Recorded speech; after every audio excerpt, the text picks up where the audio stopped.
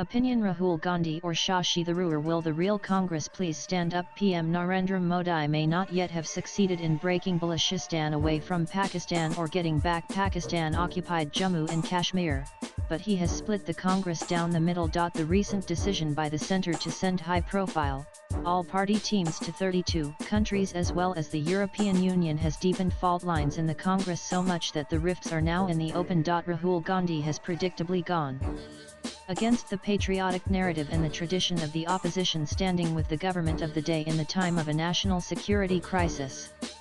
He is talking Pakistan's language, questioning Indian Defence Forces about the number of planes Pakistan has shot down. He has mocked and attacked S.J. Shankar for damaging India's war efforts by informing Pakistan about an attack, although facts make it amply clear that India's foreign minister did no such thing. But this is not new for Rahul Gandhi. He has consistently spoken in China and Pakistan's voice after India's surgical strikes or skirmishes with the PLA.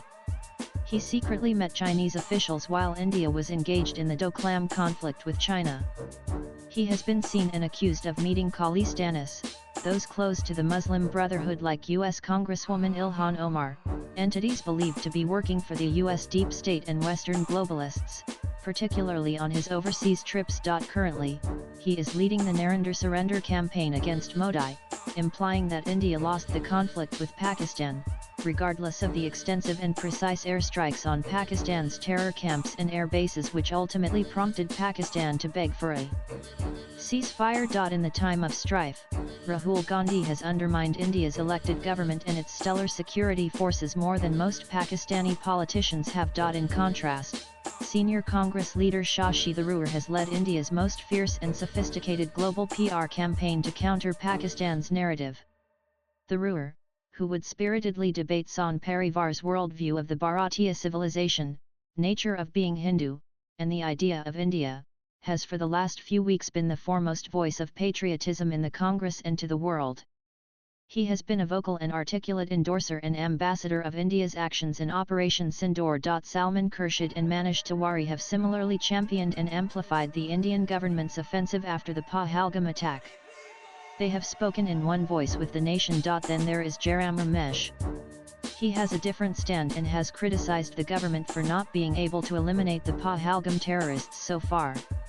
But Rahul has lately attacked Ramesh acerbically, even hinting that he could be doing the BJP's bidding. Congress President Mallikarjun Kharge has curiously been an example of speaking in two voices, perhaps one that of his own self and one of his masters.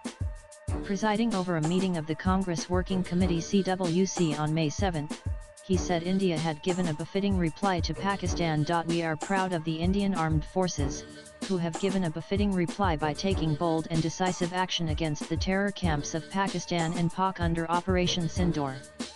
We salute the courage, determination, and patriotism of our brave soldiers, Kharge had said. But the same Kharge, perhaps after chastisement from the proverbial Congress High Command, later accused the Modi government of misleading the nation and demanded a special session of Parliament. So, who is the real Congress? Is the party torn between retaining a semblance of its patriotic past and legacy of the freedom struggle, or has it become a radical, far-left NGO bent on spreading hate, self-doubt, and chaos? Swipe left for next video. In that case, it should ask itself, who is it ultimately serving and why must it exist? Abhijit Majumdar is a senior journalist. Views expressed in the above piece are personal and solely those of the author. They do not necessarily reflect NEWS18's views. Latest blogs.